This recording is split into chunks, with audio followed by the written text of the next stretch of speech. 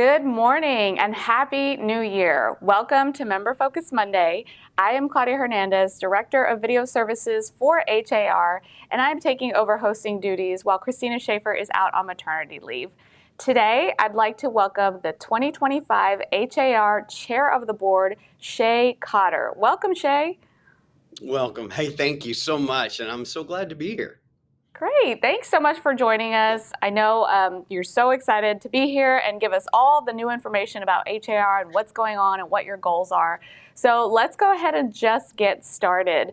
Sure. What do you expect for the 2025 real estate market? You know, for the 2025 real estate market, I think we really have to sort of understand and divide out, I think, the legal challenges from the regulatory challenges from the actual market itself. And I know that a lot of people are paying attention to everything right now, right? And as far as the market goes, I really think we're going to see some continued equilibrium. I know that over the last several years, especially post-pandemic, we've really kind of been fighting some inventory issues over the last few years, and those have really begun to resolve themselves. In some respect, we're beginning to see a little bit more normalcy in days on the market, a little bit more normalcy on inventory. So I think we're going to see a little bit more continued equilibrium, although I know that there's always the challenge about interest rates and what's going to happen there. And we're all watching that, right? And there's a little bit of movement here and there, and it's like one step forward and another step back, maybe. But I think we just have to keep our eyes open and continue to be responsive to what's going on. Yeah, absolutely. Now, are you seeing that as a hesitation still, that some clients are waiting and holding out just to see what happens in 2025 before purchasing or selling? You know, I think it depends on the individual situation. I do see a lot of hesitation still, but I also see a lot of people taking advantage of the opportunities that are out there. Yes. All right. As they say, the best time to buy or buy is today, right? Or yesterday. Right. Exactly. All right. So what would you say your goals are for 2025 as HAR chair? It's a big position that you have now. I'm sure you have some things in mind that you want to accomplish. So what would you say your goals are for this year?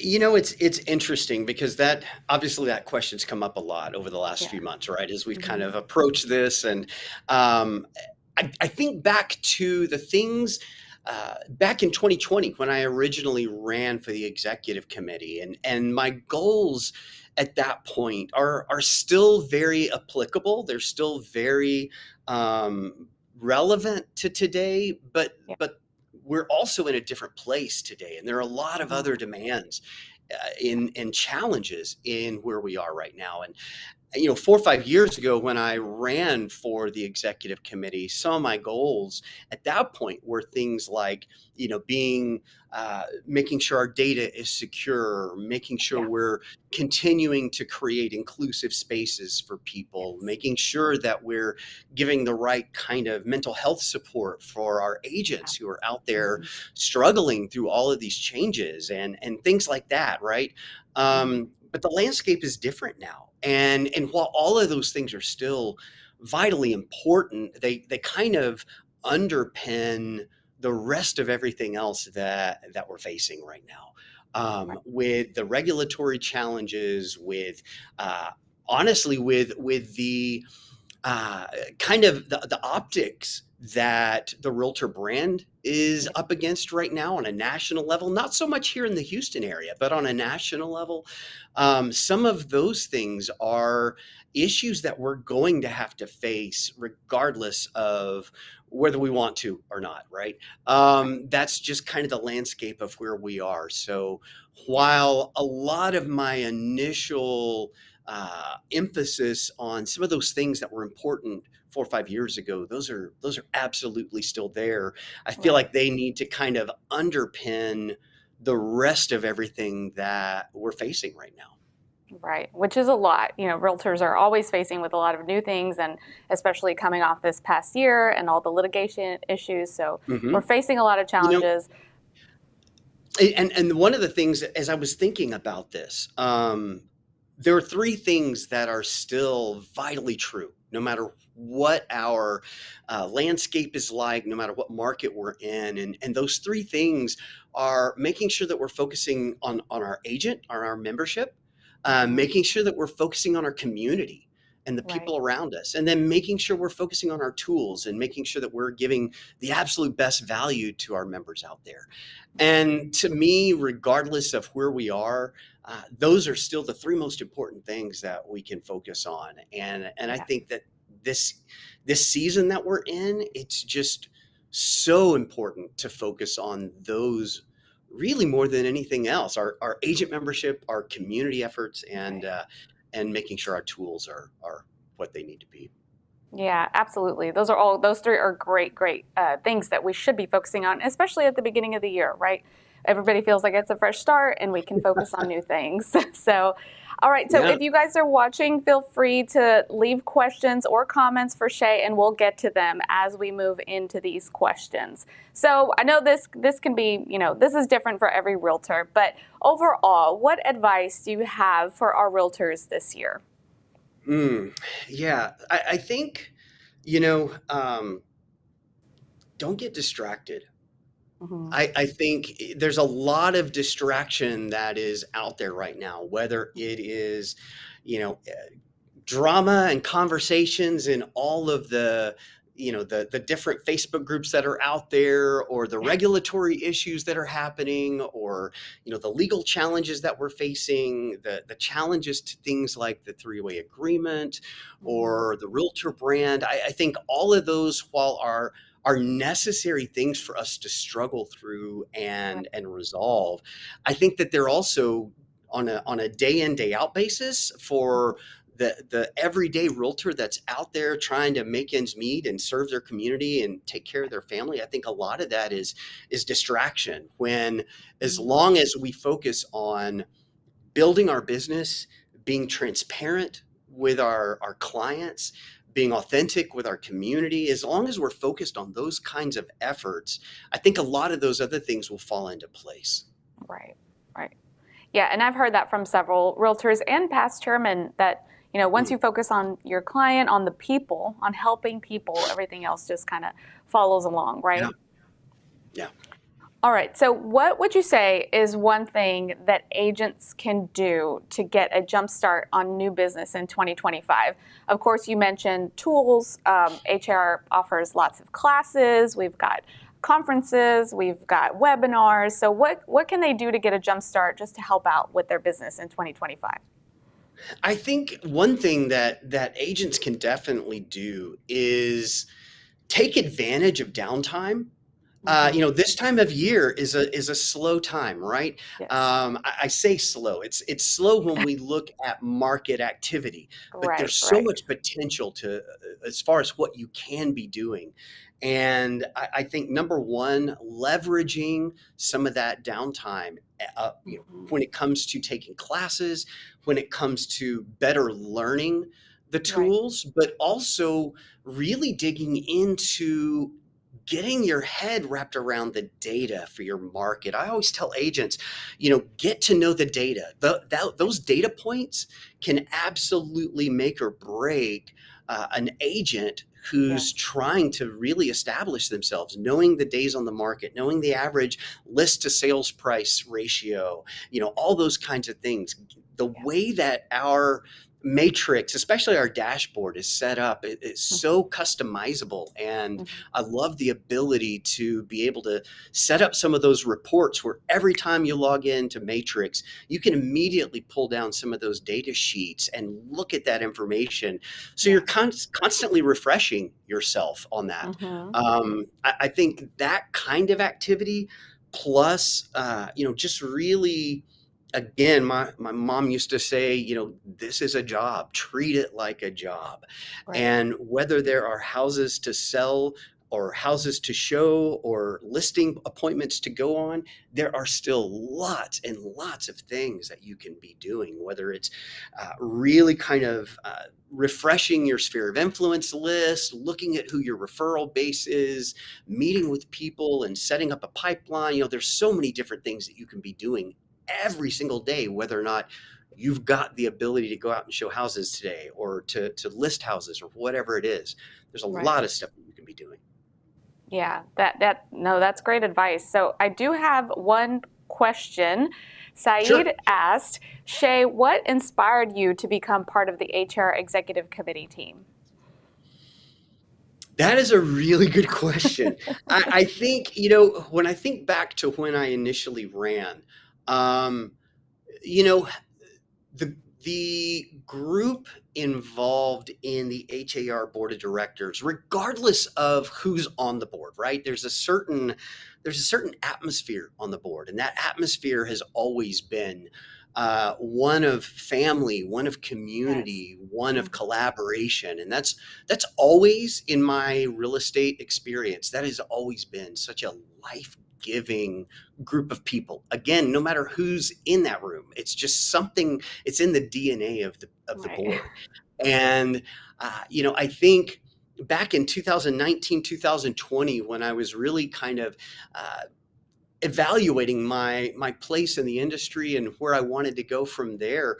Um, there was a lot about the real estate industry at large that wasn't nearly as appealing as HAR family Right. and HAR specific.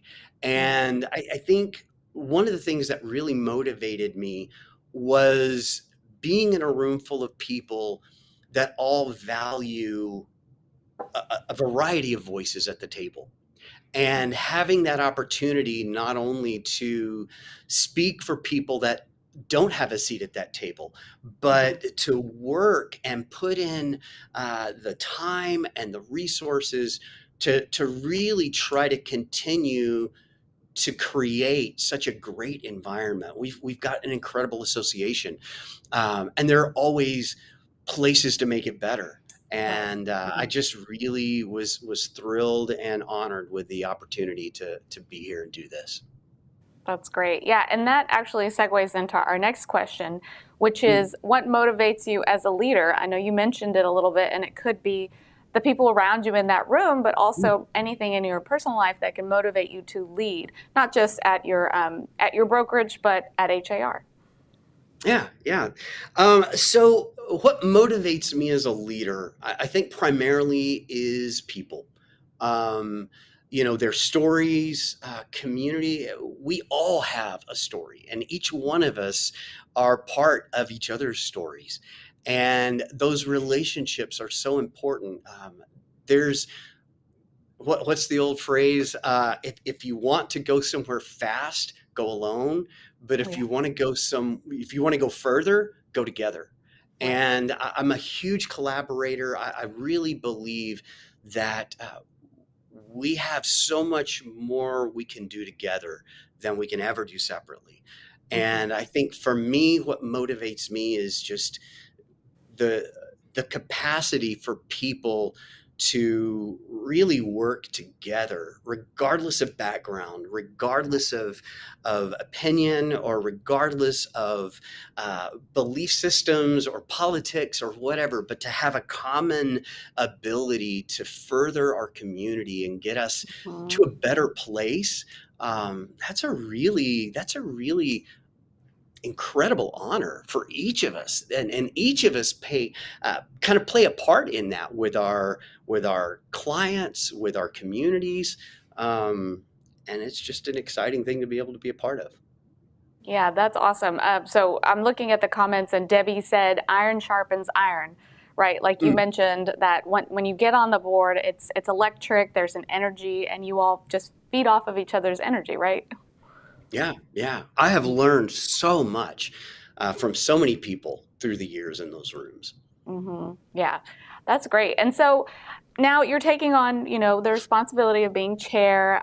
All realtors are busy all the time. So how would you say that realtors should be focusing on their mental health. We had a chat with Jessica Setta a few weeks ago, or sometime in December, about mental health and taking that time to really step back and take a deep breath.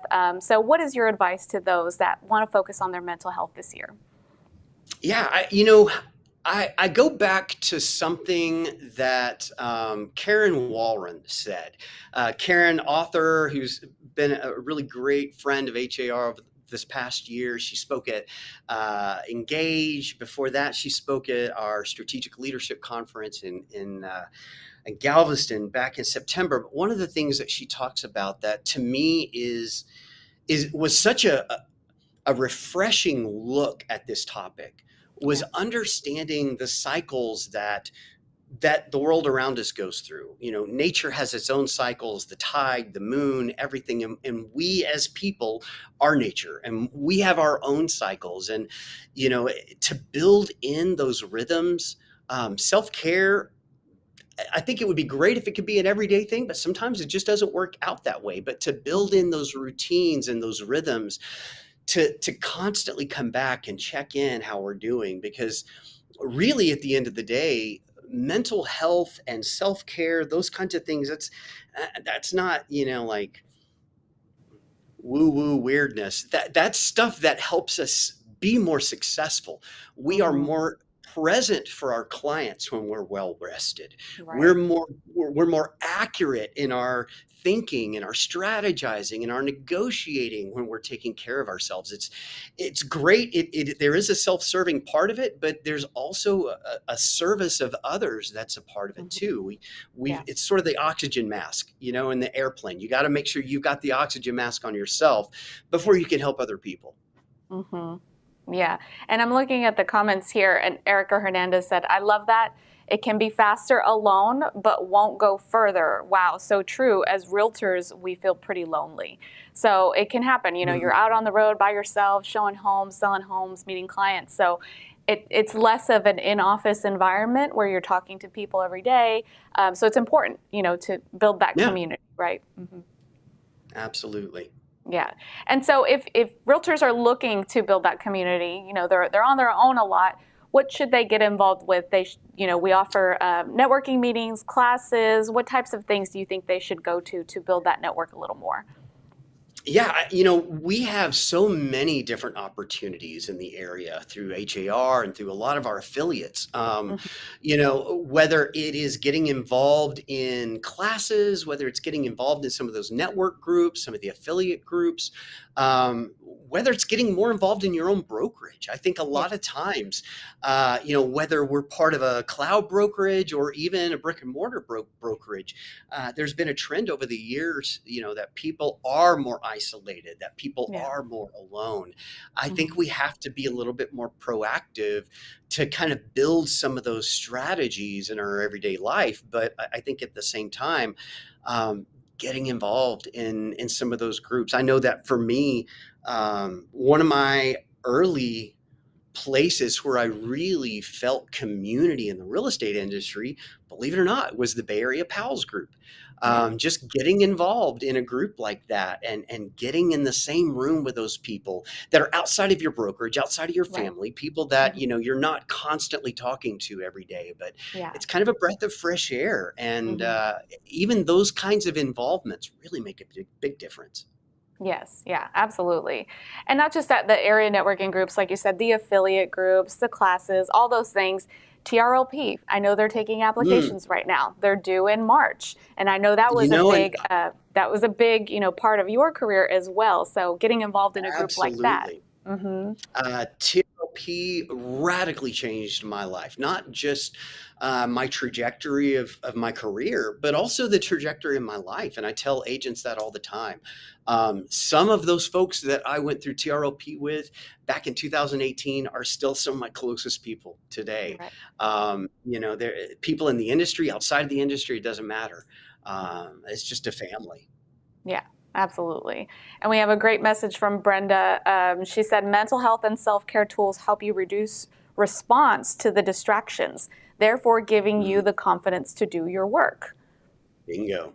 That's great Yeah. insight. And And we've added a link to the area networking groups if you all would like to check those out. There's a new Interloop group that starts tomorrow. You can check out to see if there's available seating for that one as well. But I know there are some all over the greater Houston area. So check those out to see which one would work for you. So Shae, is there a message or call to action you'd like to share with our members? I think in this landscape right now, one of the biggest lessons that has been the most valuable to me is to lead with curiosity. Whether we're talking about business, regulatory issues, our clients, negotiating, there's a there's a book that I read a couple of years ago that kind of redefined this for me. It's called the Scout mindset, and I've talked about it a few times. But the difference between the soldier mindset, which says, hey, this is what I know, this is the hill I'm fighting and dying on, and this is everything to me, or the sort of the counterpart to that being the scout mindset, which is, okay, what's here that I don't see? What's here that I don't know yet? Let me not come to this situation or this conclusion with my mind already made up. Let me show up with some curiosity to see what other bits of information I can understand to help inform where to go from here. And I think showing up with that curiosity right now in our industry is so important. Also showing up with compassion, empathy, transparency, authenticity, all those things are just so important for us right now, and for our community, for our local association, for our brand, everything. Yeah, that's so great. And we have a couple comments. Teresa Hill said the HAR breakfast networking groups are awesome. Happy to hear the Interloop is back. And Christina Schaefer watching from home, great update. We look forward to your leadership this year, Shae. Thank you, Christina. So any last words before we close out today? Anything else you want to let our members know? How to stay updated with HAR, where to go, how to check us out? Yeah, stay active, stay plugged in. Please, please, please watch the Facebook groups, watch har.com, stay plugged into Matrix, watch those updates, and let me know how I can be of service. So great. Thank you so much again for joining us today, Shae. And that's it for today's Member Focus Monday. Next Monday, we'll have a fan favorite, HAR MLS Project Manager Nathan Goebel, to give us the latest updates with the MLS and what to expect in 2025. Like Shae said, check out the MLS. It's customizable, and he's going to give us those details next week. So thank you for being here again, Shae, and everybody have a great week. Thank you. Have a great week, folks.